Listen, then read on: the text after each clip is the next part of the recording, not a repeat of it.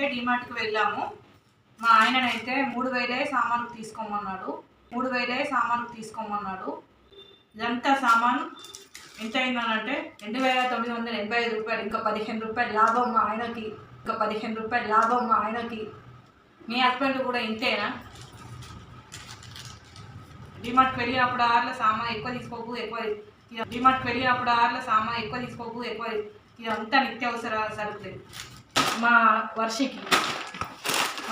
రోజు పాలు, చాకోసు, మినపప్పు అంటారా, ఇడ్లీకి, దోశకి, వడలకి, పెసరపప్పు, కర్రీస్కో, దానికో, మైసూర్ పప్పు, కందిపప్పు, ఇడ్లీ రవ్వ, షుగరు, బాస్మతి రైస్ అయితే చికెన్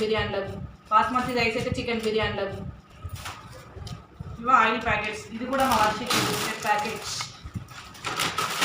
స్ప్రైట్స్ ఒకటి మా పెద్ద ఆయనకి, ఒకటి మజా. ఈ సోడానైతే మా ఆయనకి అన్నం వరగకుంటే తాగడానికి. ఇవైతే నాకు తెలియకుండానే